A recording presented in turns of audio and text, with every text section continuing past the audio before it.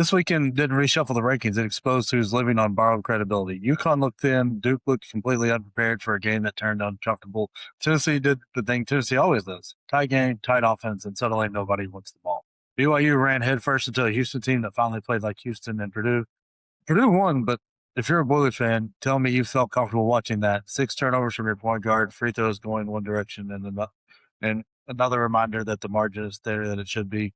This is the stretch where excuses stop working, and right now Tennessee and Duke are daring February to keep believing them. Sam, who's lying to themselves the hardest? Well, if we're talking about lying, which I'm not 100% sure if I'm on this train yet or not, but we've got to hop right into the one that kicked us off for the weekend, which was UConn St. John's, which was an absolutely fantastic game, start to finish, lived up to all the hype. But towards the end of the game, UConn went uncharacteristically sloppy. Like, they've been sloppy at times this season, but this was bad. Silas Demery just completely shit the bed in the last few minutes of this game, disappeared. Mullins' volume just disappeared halfway through that second half. It's just kid was hitting, get him the ball. But it was just it was a rough go here, and St. John's wound up kind of pulling away at the end and made it look like a 9-10 point game as opposed to the 4-6 it was the entire time. So I agree that the scoreboard's a little bit why this was a closer game than what the scoreboard says. I think this is where I think UConn ran out of gas a little bit.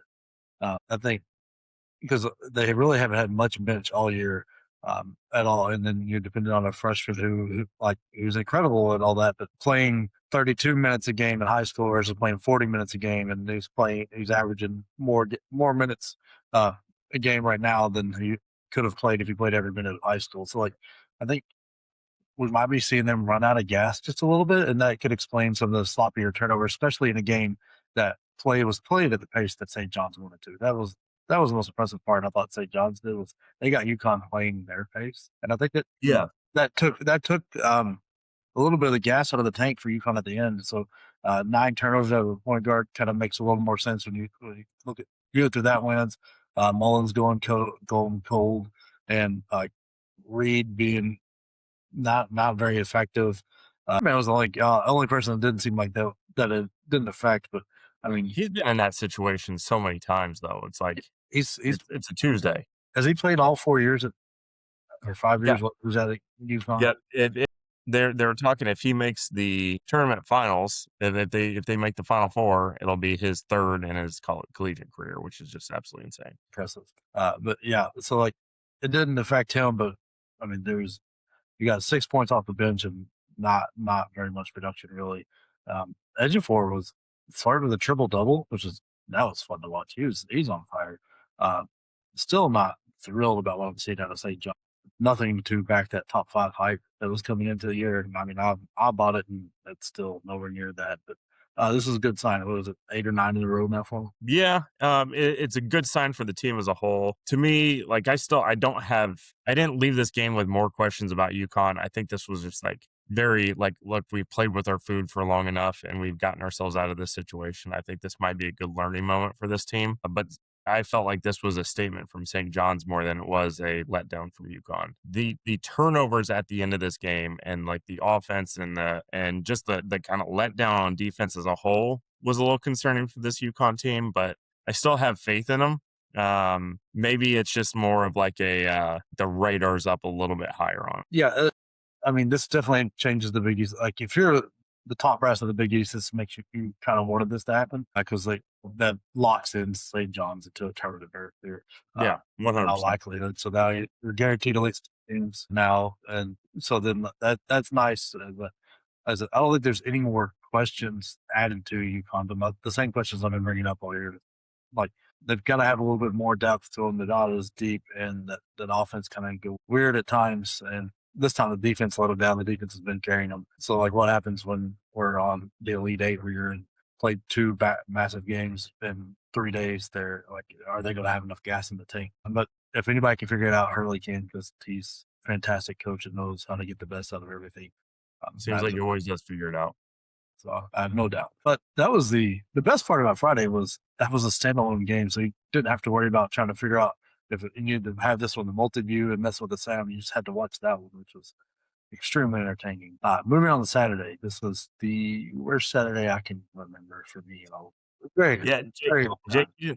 you didn't have a good one here, and I don't want to categorize this one under liars or anything like that. I watched the Duke North Carolina game. I watched the Tennessee Kentucky game. I watched the end of Illinois Michigan State. I mean, we got some just absolutely fantastic plays here, but we got to start off with Duke North Carolina, probably the top rivalry in college basketball, where I don't feel like North Carolina won this game.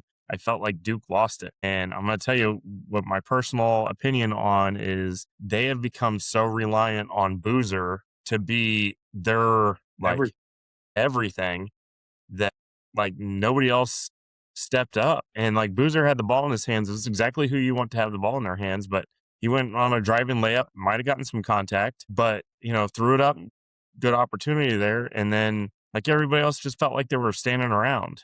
And all credit to Trimble. Like he was in the right spots twice in a row, got the I big mean, board. beautiful shot. That was dude, beautiful shot. Great look from Dixon. Was it Dixon who made the pass? I can't remember. Yeah. Beautiful. What you had 4 Duke defenders collapse at the same time. There was like Shire had 30 seconds to like tell them, hey, this is there was a timeout right before that play. It's just like, hey, take your chances with the one-on-one or drop down and help and just rotate over. Don't leave a guy completely naked who's a 40% three-point shooter. So it's just frustrating. There's a lot. There's a lot. This is a great learning opportunity for Duke. And I've been hard on them the last few years, saying like the guards have been letting this team down. They've been playing the weak part of the um, weak part of the ACC and surviving on. I mean, the defense is still say what you want about how that game went. The winning score was 71. It's not like the defense wasn't there and playing well and playing through the foul trouble they played through was amazing. But I mean, the guards were garbage in this game. Sar love him to death for what he does defensively, but offensively, he's majority of the time he's a liability. He was the only one that did it. I mean, Evans scored 11 points, and I'm happy for that, but it took him 90 shots, and everything came off so flat. I know he's got a line drive shot to begin with, but it felt like most of the shots never got above the rim. They were just line drive darts at the rim. And the foul trouble, to me, it's going to sound like sour grapes, but it's not. I thought this was one of the worst officiated games I've seen in a long time, all the way around. Yeah. The foul trouble really affected, and like just because of who was on, really affected Duke. It's all 3 big guys, and that's who they play through. In foul trouble almost off the rip, and that means they can't rebound the way they want to rebound. The offense kind of goes slight because there's times you can see them kind of hesitate, especially on defense. They don't get to play as pressure defense as they need to. And then if your guards aren't playing, and credit to North Carolina, they made the right shots at the right time. Caleb Wilson, first half, looked like he was going to have some kind of superstar special game. I still had a great game, but second half he disappeared. I played all 40 minutes, so I don't know if he like the legs. Just like I was watching it with my dad, and I remember looking about halfway, 12-minute mark or whatever, saying Wilson's legs are gone. He doesn't want to battle Boozer, Ngumba, and Brown anymore. He's wanting to stay on the outside, and but that's why you have Vassar in there too, because I don't think he scored in the first half. Ends up with a double in the game. Lost this game by not having anything on the outside, and I mean 7 of 19, but like two two of those 7 came from Cameron Boozer. Like no, Evans 1 for 4, Foster 1 for 2, Caden Boozer 1 for 2. Like they're not even taking the shots. It's frustrating Yeah, because you're putting so much on Boozer's shoulders. yeah, it's like they need to get help from somewhere else. We got another team that we're gonna talk about that needs to get the help from somewhere else. But when you're that reliant on a single player, it's going to cause problems in March. Especially when it's a big guy. Yeah. That guards win you March, and it's a fair point right now to argue that the reason Duke isn't shouldn't be one of your title favorites is because they don't have the point guard play, or the guard play to do it, and that's sad because it's the way it works out. Because Boozer's having an incredible year and deserves to be on something special, but man, I thought this was one of the worst officiated games all the way around. It looked like none of the 3 refs really understood what was happening when it was happening. Uh, and you can see that one of the biggest ones. This I'll get into a lot like later how bad it was. But you had Boozer going full speed on a fast break, runs into the chest of Trimble, whether you think he was set for a charge or not. I mean, it was both guys end up on the ground, the ball's in the air off the rim, no call whatsoever. Like you which can't have which was not consistent with the way the rest of the game was no, called. no. Like and then you have love taps being called everywhere else. And it was a horrible officiated game because they picked and choose when they wanted to blow the whistle, when they didn't, and that makes it incredibly hard to play, especially if you're a physical team like Duke, who was on the wrong end of most of the calls. But it's also a road game, so you expect to eat more bad calls than normal. Yeah, it wasn't great. Again, this is another game where I leave with a few questions about Duke, just about like their dependence on Boozer, but we've seen time and time and again this year where other folks have stepped up at times. So maybe this was just like a microcosm of the being at UNC. And the last comment I have on this game is if you're a blue blood or you claim to be and you beat a rival, and I'm gonna cough cough IU, cough UNC. You beat one of these teams, you don't storm the court. Act like you've been there before. Act like you beat Duke about half the times you played them. Like, come on now. Like, it's just silly. It's just silly. Stay off the court. Stay off the court. At least make sure it's over.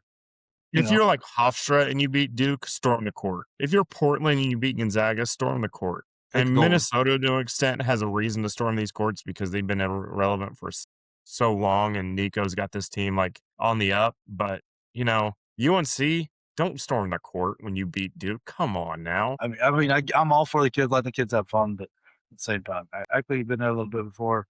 Storm of the court is for major upsets. This was a 5.5-point spread at your house. Oh, like was it an incredible play? It should be celebrated because that was a great pass and beautiful shot. Yes, but fun fact I saw on Twitter, I forget who put it out there, but like since Coach K, 2014 or so, like or whatever, when Coach K started his retirement, when Duke's been beat on the road 78% of the time, it's been a court storm. Yeah, it's a very Wow. like Wild I'm stat.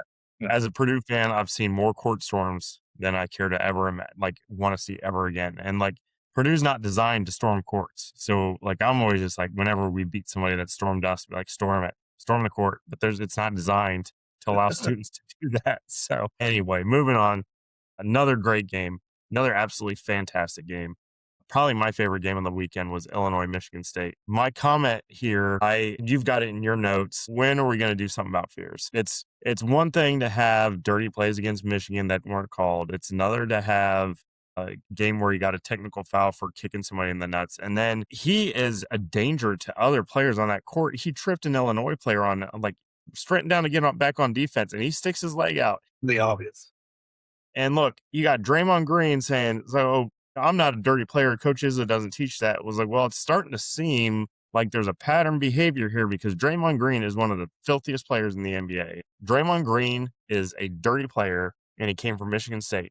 Fears Jr. is a dirty player, and he's playing at Michigan State, and Izzo's allowing it to happen. I mean, it's not just those two, right? You had Zach Randolph that got busted for choking his coach out. He came from there. You've had several guys, and then you have the incident with whoever it was in the crowd being a little bit crazy. My biggest thing here is like, okay, we know what Fears is. We know he's a dirty player. He's a great player, but dirty, and it's not. It's only going to hurt him. And at some point, he's going to do it to the wrong person who doesn't have like next step in their career. And it's going to end poorly for him. But I lost a ton of respect out of Izzo now because he comes out and makes this big statement about I might do this or blah blah blah, go off Didn't do a damn thing, and then it didn't even cross his mind, threw him right out there in the starting lineup because he's got to win. Like, don't come out there and make a statement then. Look what happens almost immediately after he's on the floor. He trips an Illinois player, and we're just like as a like people that have talked about Izzo like extensively about how much we respect him. For him to allow this to continue, he's putting other teams' players at risk. I mean, it's like, okay. And I mean, recent memory, you had Grayson Allen, and people were all over K about not doing anything. And they're ripping apart Grayson Allen. I do not see anywhere near the same heat. And to me, Grayson Allen tripped, guys. There was no question about it. No question whatsoever. The play in Minnesota where Fears jumps up and like drops an elbow at a guy's nose is much more dangerous than anything Grayson did. Right. And I mean, I don't know. Like, I don't know why we're skipping over this because this is like if this happened on a pickup game, there's a fight every time. There's a parking lot war here. Yeah, and so like for Izzo to make a statement like he's going to do something and not, I lost a ton of respect there. But enough about that. This game, Very disappointed, yeah. But back to the actual game. Yeah. Violet, Cody I Shearman, know what Wagner. pissed me off most about this game, Jay. I'm a Purdue fan. I don't hide it. I got the flag right behind me. Wagler plays that like that against Purdue, and we may win by 30. And we don't have the confidence issues that we have. Where'd he go? No, Where'd he go? I tell you what, like Wagler being human in this game was probably the difference between him and Kohler. They couldn't keep Kohler off the boards. Kohler is just he is just an oddly productive player. he randomly does things that, and I mean, he's also their best shooter. Like it's just weird. He doesn't strike you as overly athletic or overly strong or overly anything, but he just does everything that seems right. He's a what I would say was a great Michigan State guy, but that's not the compliment it used to be. But yeah, Wagler. I mean, I wonder the same thing I'm talking about with UConn. Man. Like, I think those legs are catching up with him a little bit because most of those shots were short. Yeah. I mean, he hit the free throws, which is good, but I mean, 2 of 16, not great. But he kept playing and he kept going. He played 41 minutes out of 45. They really need Boswell back to, one, give him some break out there, but two, I think that Boswell being back, I think Illinois wins this game by double digits. That gives you somebody that can stay in front of Fears a little bit. Because Stojakovic does the best he could, but he's slow compared to Fears. Fears is lightning quick. And that was what they went. They went to a pick and roll with Fears and just let him do whatever he's going to do because the rest of the Michigan State offense wasn't anything impressive. I know Curtain hit a big three that kind of really put it down, but I don't know. I think this didn't really tell me anything different about these two teams. I think this was just a great battle overtime. That hopefully we don't penalize Illinois for losing in overtime by 3 on the road. Hopefully they get to stay in the top 5 here. I mean, there was a lot of activity in the top 5 this weekend. I don't think they stay in. I think Houston starts to kind of creep back into that spot. Even with Duke losing? Even with Duke losing. It's just Duke's second loss. So Illinois is a fantastic team. They surely went on the road and played without down a point guard and the best player having the worst night I've seen in a long time. But this is a complete opposite to me, and from the Duke Carolina game from an officiating standpoint, I thought this was an extremely well officiated game. yeah, they missed a trip, but Yeah. But I mean, like you had 21 to 19 fouls, so nobody's got really anything to be angry about there. I don't know. Illinois just came up a little bit short. I didn't like the foul that fouled out Ibisevic, but he had 4 other ones that he had pretty well earned. yeah, That's on you, buddy. That's not the ref's fault. It's not one I would like called there, but you don't get a couple extra stupid fouls. You're still in the game there, and I think that really kind of changed things because he drilled a big three to I think put it into overtime or tie the game up there, and was doing great on defense.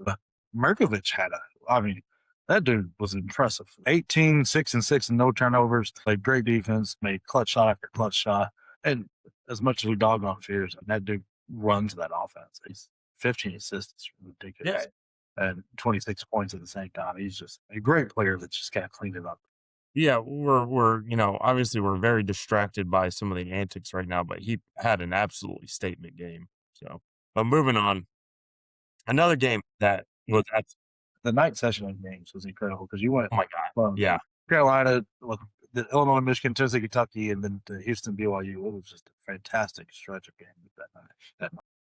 Speaking of the last one, Houston BYU. Houston wins 77-66. Great showing by Houston.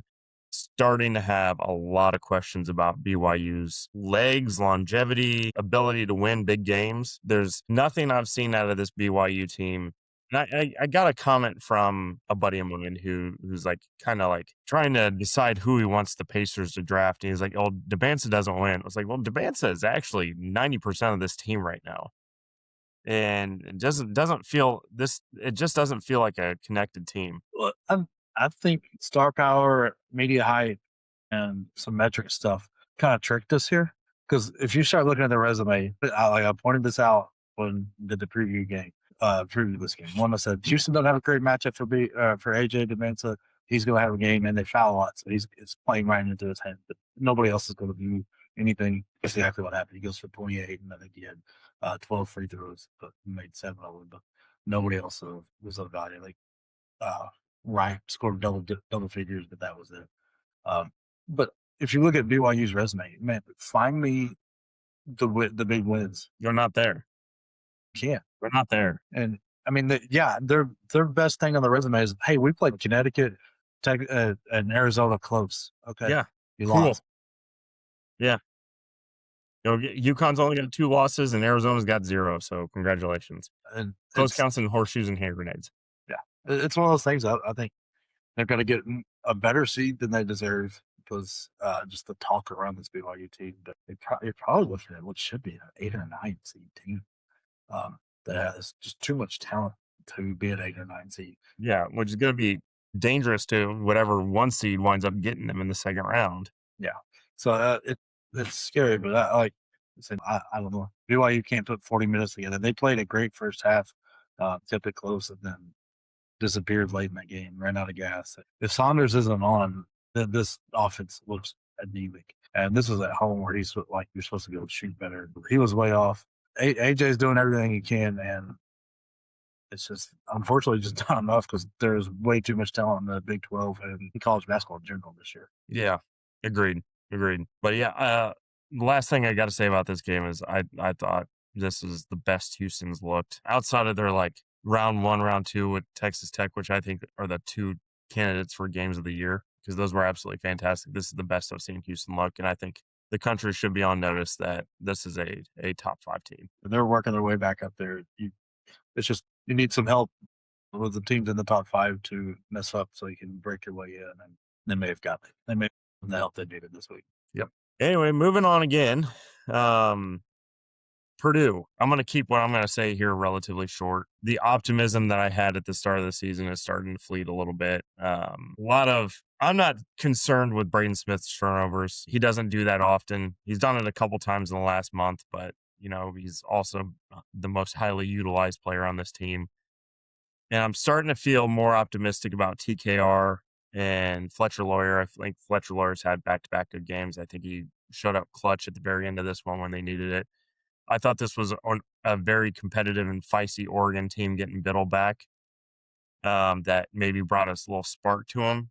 But Purdue, for having a bunch of guys that can shoot on their team, for them not to be shooting well and this consistently is not going to work out in March. This team went from a Final Four hopeful to let's hopefully we get out of the first weekend. And they've got a 5-game stretch coming up that is an absolute gauntlet. And if they win 5 of those games, all 5, then I think you start getting that optimism back. I think you start putting them back in a Final Four conversation. But realistically, best case scenario, you're looking 3-2. Worst case scenario, 1-4, maybe 0-5. It's that rough of a stretch here.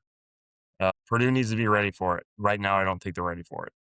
That like when I was bringing up with Braden Smith's turnovers, that's what like you're going to get. It's the opponent and situation you're in right here. Like you had a very bad Oregon team who's done nothing all year. The 6 turnovers there would scare me going into this stretch. You hoped this was like you had a carryover from the Maryland game to here. If you destroyed Oregon, you're feeling way different than you are after the result with this Oregon team.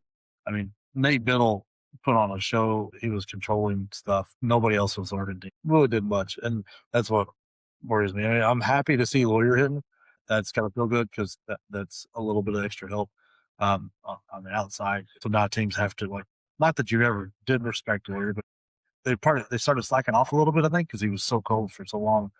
Now people are going to have to step back up, so that opens things up for Smith and TKR and Clough again. So it feels like the pieces are there. The pieces are there in the right place, but this was scary because nobody else wanted to shoot that night. Fox 0 for 3. Smith was 1 for 4. Venter 1 for 2. Then you had Harris and Meyer combined 0 for 5. And then TKR played better, but at the same time, Clough is out there and he's not doing anything. You've got 2 great pieces there, and you've got to figure out how to use them. Yeah, Clough's physicality has completely disappeared for some god awful reason, and maybe Like, they're pulling if it getting back. in foul trouble and then like it's like you got to back off when TKO's got the hot hand, so okay, I got to back off, and then it's hard to get that gas pedal going again. Uh, Yeah, like in the same game, and so you've got to find a way to rotate those guys in or somehow get both those guys going. Because like the rebounding was what shocked me. I mean, we were only out rebounded uh, Oregon by 4. Uh, and I mean, Sean Stewart should not be anywhere near the amount of rebounds that he had against 7 against this Purdue team. Because he couldn't make it at Duke, could make it at Ohio State, and he's playing at Oregon because of injuries. Like it's not like he's earned the. I don't know. That was your biggest strength. One of your biggest strengths was the offensive glass. So now you destroyed Alabama with it, and then you're here with one extra offensive rebound and only having 8. That feels like they're getting those, out hustled a little bit. I'm sorry.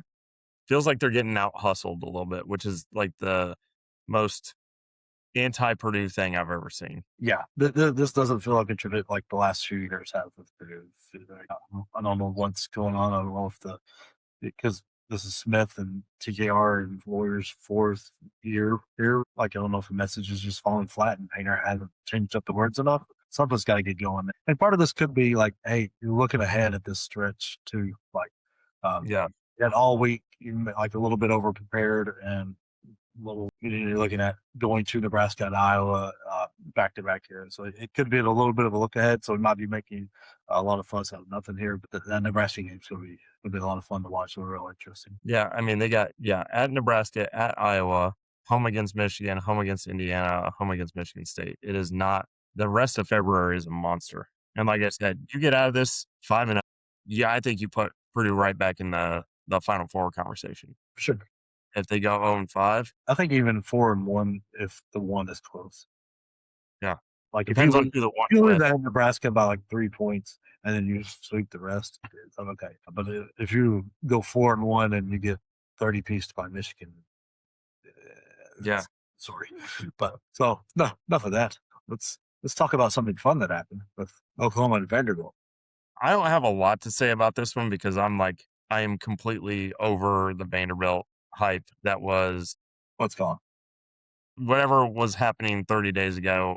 It's all gone. As bad of a Purdue January Purdue had, Vanderbilt's had a really really rough 2026. If their New Year's resolution was apparently to not win any more games, not a lot to say. I think Porter Moser gets to keep his job because of this one. This was bad. I don't know if you watched the end of it, but they should have been icing the game away and walking it out. Instead, they can't. I don't know. The only thing I can think of is Oklahoma wants Porter Moser to lose his job. So they're like they were up 20-ish, 20 plus in this game. And if Vandy could have taken advantage of a terrible inbound pass, they had a chance to tie or take the lead with 30 seconds left when uh, it was double digit lead with 1:50. Like Yeah, you can't break a press, you turn over his free throws, handing it right back to Vanderbilt. This Duke Miles injury, I didn't think it was going to be as impactful as it was, but it was completely changed what Vanderbilt does offensively. Tyler Tanner's still great, but that rest of that team, there's nobody else that's really helping. And like his nickel can't step up enough. Okereke or whatever can't do it either. McLaughlin is gone missing at times.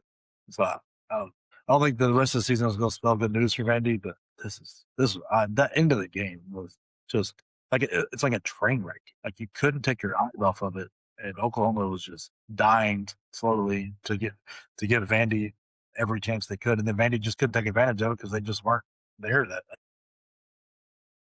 every ounce of magic Vandy had going into 2026 is just gone. It's gone. Like all the luck, all the breaks, all the the opportunistic shot late in the game or anything like that. It's just all gone. The stuff we saw against Memphis, the stuff that we saw early in the SEC schedule, like it's just gone. the win against Bama, like that kind of stuff, just not there anymore. Yeah, it's gone. So, maybe they'll find it. I don't think they will. I think they're exposed for who they really are. They're a good SEC team, not a great one. So, and then speaking of the SEC, Like I'm on the fire of Rick Barnes train. I think he has. I think we're at the point that Texas was when they fired him. I got there quicker than what Texas did. at least in my head, VR. The style and what he wants to do doesn't work in today's college basketball anymore. I think if you take Don't Connect off that team 2 years ago, it was a totally different vibe around this Tennessee program, and that was lightning in a bottle because Connect hasn't shown the same kind of skill set in the NBA, and he just had a fantastic year. And if Rick Barnes doesn't have his absolutely perfect team like he had with Grant Williams and Schofield and the rest of the guards there like Lamonte Turner and Bone and all them, it just doesn't work. And if he doesn't have the perfect defense of players like Zakai and Meshack, add them to Lanier, it doesn't work. There's too many ways this doesn't work. He's shooting a very narrow shot and I just don't think it happens anymore. The most of the good players are made with one and done and getting 1 year transfers. Can't coach the defense in that you need to coach. Just that's why I'm on the fire Barnes train. Not because he's a bad coach, not because he's a bad human, because he's great at both those. I just don't think he fits in what the college game wants anymore, and that sucks. But Yeah. the game itself, Gillespie, where did you go in the second half? You were just absent. I'm not sure I heard your name.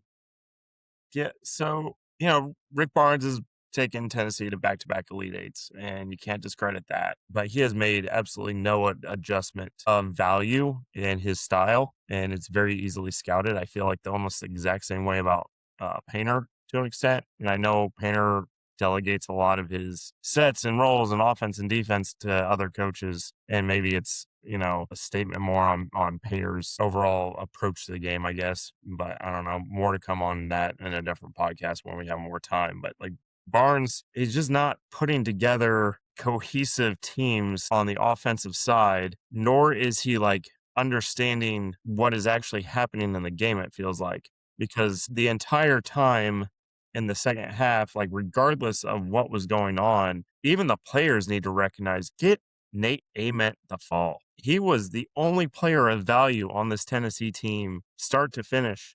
And like when he had the ball, I felt like Tennessee couldn't lose. When everybody else had the ball, which was most of the second half, I thought like this was, I even called it, what was that, 2 minutes into the second half? I was like, this looks eerily familiar. Yeah. Oh yeah, yeah. And it was the same story. Everybody on Tennessee wanted to play me ball. And every time Nate Ament got the ball, it was just like, okay, do something. Like make something happen. Make somebody open. Make a fadeaway jump shot. Make a driving layup. And he did. And he gave Tennessee a legit shot to win this one. But Tennessee has single-handedly played Kentucky in the tournament. And to me, that is insanely frustrating because this Kentucky team is not good. I mean, you've had 31 points of lead that you've given back to Kentucky and end up losing games. Yeah. Like, this is the event we were promised at the beginning of the year. He's showing up. But a little bit of that, what you're saying, 95% of that is on Barnes and the other players. That you've got to realize, okay, I've got this guy who's incredible, making play after play after play. Let's keep it going. The other 5% is on him. At some point, you've got to get loud, stick your feet, kick something, throw some, and say, "Give me the guy ball." That you've got to do that. Like you've got to just go steal it from whoever is giving it, and don't worry about the set and just take over. And he doesn't have that personality, uh, which that sucks because it feels like Peterson, Jay, and like the guys that are in the upper echelon of this freshman class have that, or they just demand it, and he just is willing to run the offense, which is I don't know if that's totally bad or totally good, but it sucked in this game because I need you to go if Gillespie's not hitting that three ball from 90 feet, but you've just got to go take it from him and just not give it up, and just figure things out. That doesn't mean you have to score every time, but you've got to be making the offense is going to be run with the ball in your hands and pitched out if necessary. So that was a little bit frustrating. Like I said, 95% of that was on mainly Barnes, but like and everybody else. This is It was like as a Tennessee adjacent fan, like it was, and watching the game, like I was up there with a bunch of IU fans who I guess the one common ground Purdue and IU fans have is they hate Kentucky. So, but it was like the second half started and it was like, oh, Tennessee's kicking Kentucky's ass. And my exact words were, I've seen this movie before. And sure enough, it's just frustrating for the potential that this Tennessee team had to be where they're at. It's just frustrating. I don't want to talk about it too god awful much because I don't want you guys crying in your beers, but I was crying in mine for you guys Saturday night. Miserable. Again, like I said, there was an 80s party going down in the basement of this place we were at, and I could hear him singing, you know, "Fight for Your Right to Party" and like all the soundtrack of Stranger Things for the last 11 years. Stranger Things lasted longer than the 80s, Yeah. but I was just locked into college basketball, and it was a great weekend for it. And just some results that kind of had us scratching our heads. But with treats like this weekend, we get to look forward to one of like the best games, actually, a couple of the best games that we're going to see all year coming up. Hopefully, knock on wood, they're good games. They're not like 30-piece shellings, but Monday, big one. And I'm going to let Jake talk about this one ad nauseum here. Arizona versus Kansas at Fog Island. Jake, what do you think? I know weird things happen at Fall Island, but like this Arizona team is unreal. They had a trap game of all trap games with Oklahoma State because like Oklahoma State's come off just beating BYU, all the momentum in the world with that. And, like Arizona's got a big stretch coming up right here. Arizona, like I had that game on in the multi-view and I was watching. I think it was on the same time like Auburn and Alabama. So like paid attention to that one because that was a good game. But it looked like every time I took a chance to look at the Arizona game, somebody was wide open dunking the ball and like not just like dunking the ball, it was like some kind of Showtime NBA Jam 3 flips and on fire dunk. Like I don't know, it just felt like Oklahoma State, and I mean the scoreboard says it too. Oklahoma State was nowhere near that game. Nope. Not from jump. From jump. Arizona, coming from the ultimate Arizona doubter a month into this year, I am 100% convinced they will be cutting down nets in Indianapolis. Like And if they're not, it's because they lost to a very close game against Michigan. Like the, the, they're just absolutely fantastic. Absolutely fantastic. the most fascinating part about this Arizona team to me is they put up the amount of points they put up in each game. They hate the three ball. They want nothing to do with it. They're like, I want Purdue to play them.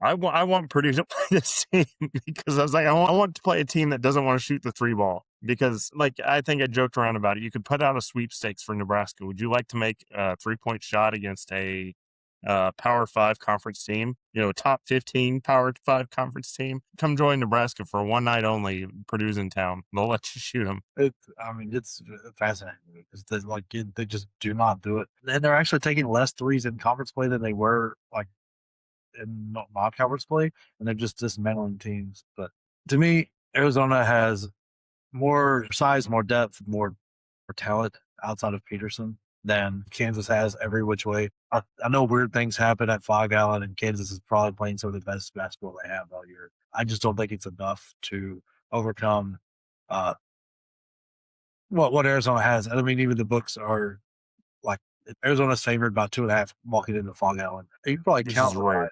you count the times on one hand in the last 10 years. It's a team is favored coming into Fog Island, and that's how good this Arizona team is. We joked about it kind of early in the year, and we said this season's already set. We're in halfway through November and Feast Week, and the season's already settled. But it's Arizona versus Michigan in the finals. There's not much that's dissuaded me from that, at least the Arizona part.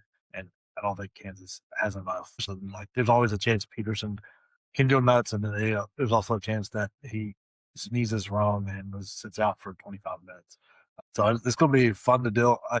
From that perspective with the Peterson matchup, I do like Arizona to be able to frustrate him enough with guys like Kobe and Murray's uh, being big, thicker guys that can move and stay with him. It's going to be fun. Like I think Bradley is a good counterpart for Council. I don't think there's an answer for the previous Waka stuff that they could put out there. And I mean, you saw what Lloyd did at first. He was trying to put a Waka, like he chose Waka to play all the defense because he had a Waka matched up with AJ. So that I don't see too many ways Kansas is going to upset this Arizona team. I just think Arizona's way too good. That's just my opinion on it. I'll be also backing that with my motion. Yep. No, it should be a good one. I'm feeling Arizona in this one, but again, Fog Allen's a weird place.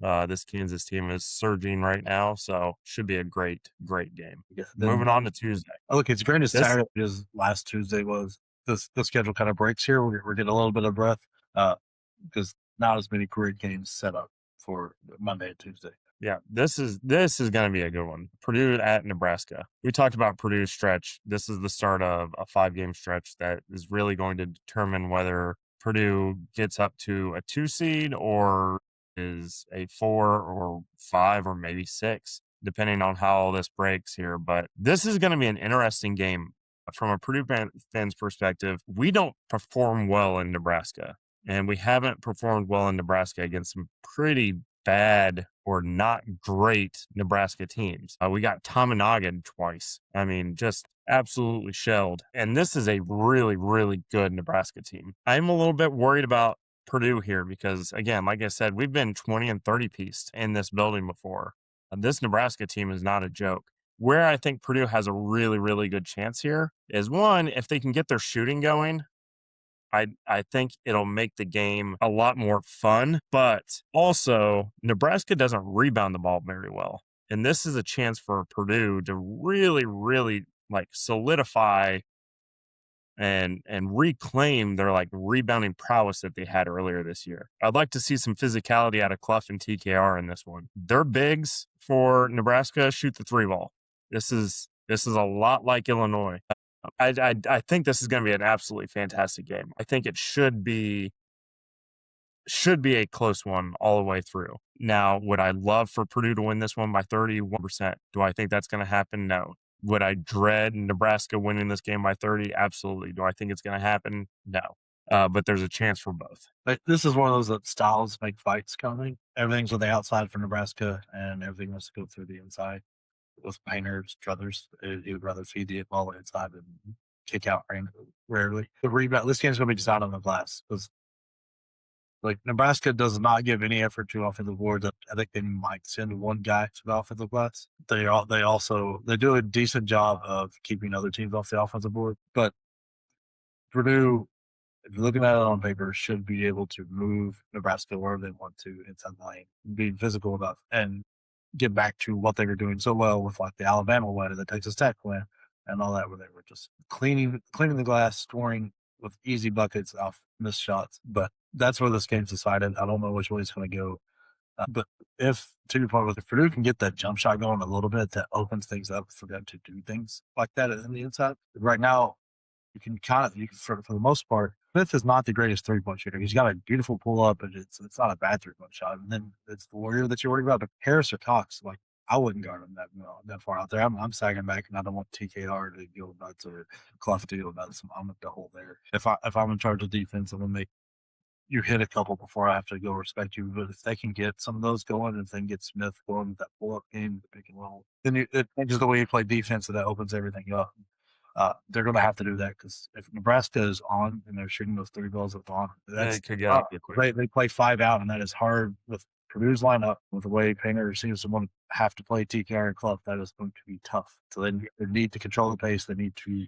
I don't know which way this one's going to go. I have no clue. I'm fascinated about this game. I can't wait to watch it. I think it's going to be one of the best games of the year. Hopefully, it's the glass, and if whoever decides the pace on this game, it's going to be it could absolutely run away with it because this could be like who y'all beat by like 90, and you just like you played the slowest game ever, but you just slowly just beat them by like 100 points in Mackey.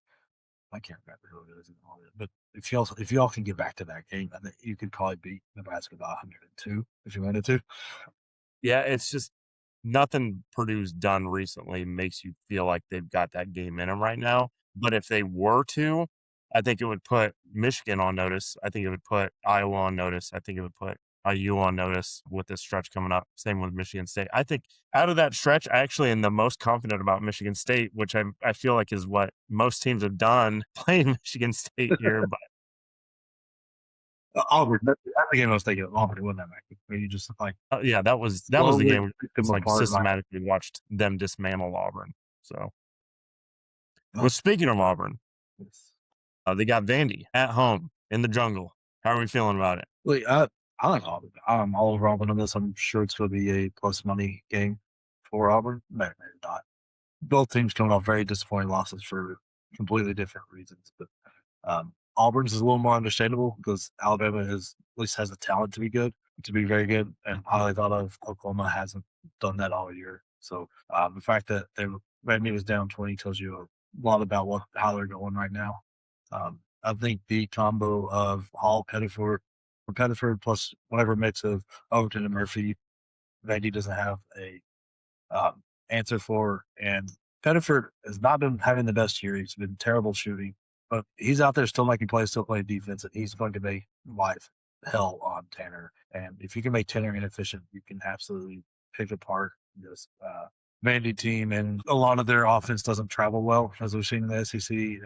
Auburn's always a tough place to go play. They love the basketball there, and it's tough arena. Not that far of a drive from Vandy, but it's gonna be tough. I love Auburn in this matchup, but I think we're still watching Vandy and free fall at the moment. Yeah, I'm with you on that. I think I've got Auburn in this one as well. Anyway, moving on. This is something I wanted to bring up. I thought would be fun. We're gonna talk about one seeds. Who you got right now if the tournament was tomorrow versus how confident are you in those four making it to the end and making it to as a one seed? All right, I'm gonna give you my 4-1 seeds with two teams I think still are in the conversation for 1 seeds. Obviously, Arizona, Michigan, 100%. In light of recent events, I have Duke still as a 1 seed, and now Iowa State as a 1 seed, with UConn and Houston in the conversation. Yeah, so I'm not too far off there. Like currently, I would go Arizona as the one overall, then Michigan. Like I don't know that you're gonna have much of a difference there.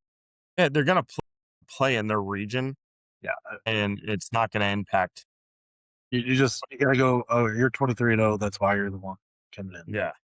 For whatever S curve it is. Yeah, I still think I go Duke, but that's questionable. But I definitely like Iowa State. They didn't look great this weekend, but they still got the job done for the fourth one seed. And then I think you've got Connecticut out there in the conversation. I think you got Illinois in the conversation, and then Houston is all like those three are the three that are fighting it right now. And then what I think ends up how I think the rest of the season goes. I think you're going to see. Obviously, I don't think there's much that can be done for Arizona and Michigan State to lose the one seed. I think crazy, craziness in Michigan, that one. Michigan State. Yeah, that one.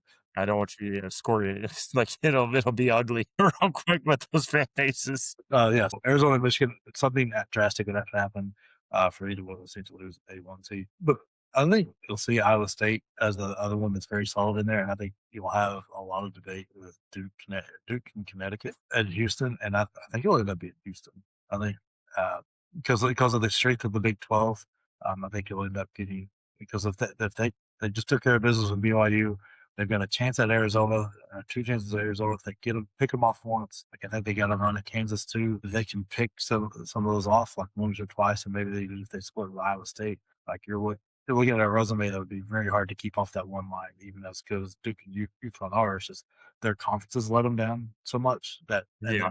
we've when dropping games in conference and the conference is not as good. They will hurt you. Yep. Yeah, that's where I'm at. I think we're pretty well aligned. I think there's some teams that can play their way into a 1 seed, but I think your conversation on the one line is down to like 6 or 7 teams on the high end. Do you think Michigan State can play their way into the one line? No, no, You know, I don't believe so. even I really don't. pick Michigan. Not with the way they play.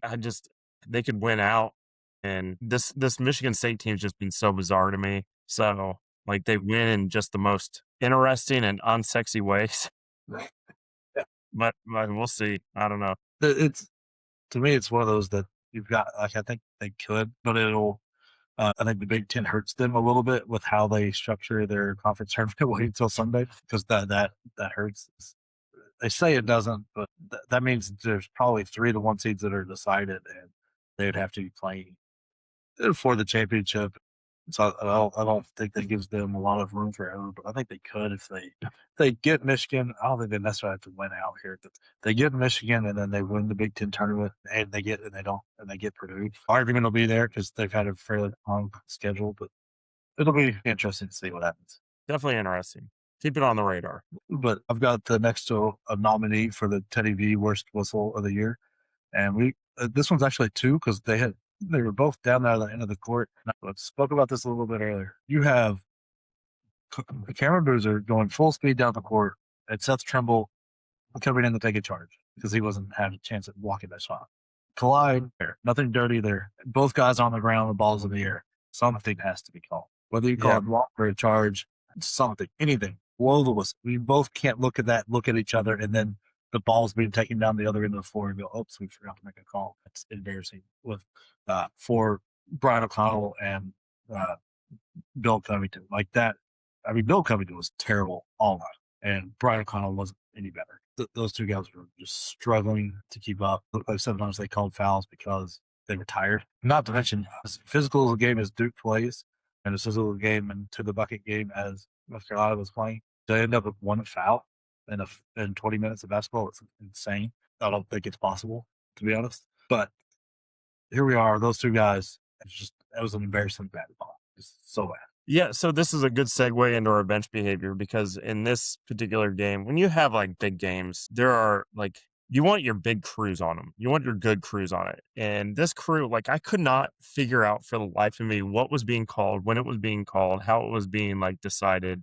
There was no consistency. There was like spurts of like physicality where like, oh, they're gonna let them play to like they looked at him funny, so we're gonna blow the whistle. And it completely disrupted the flow of what should have been an absolutely fantastic game. And like I said, like I was talking to my buddies about this Duke North Carolina game, and they're like, "Oh my god, it was fantastic!" And I was like, "Well, it was like a good ending, but like this second half was the most unwatchable basketball. Like, of course, North Carolina was able to chip away. Like the clock stopped every 15 seconds. Like it was just like there was no flow, there was no rhythm, no consistency. These refs became a part of the game. Hell, like whenever you see a call and then you see the Teddy Valentine like run 3/4 of the way down the court to announce your charge or your block or your travel or you're out of bounds, like feeding off the crowd's energy and all that stuff. I hate that because now you're part of the show.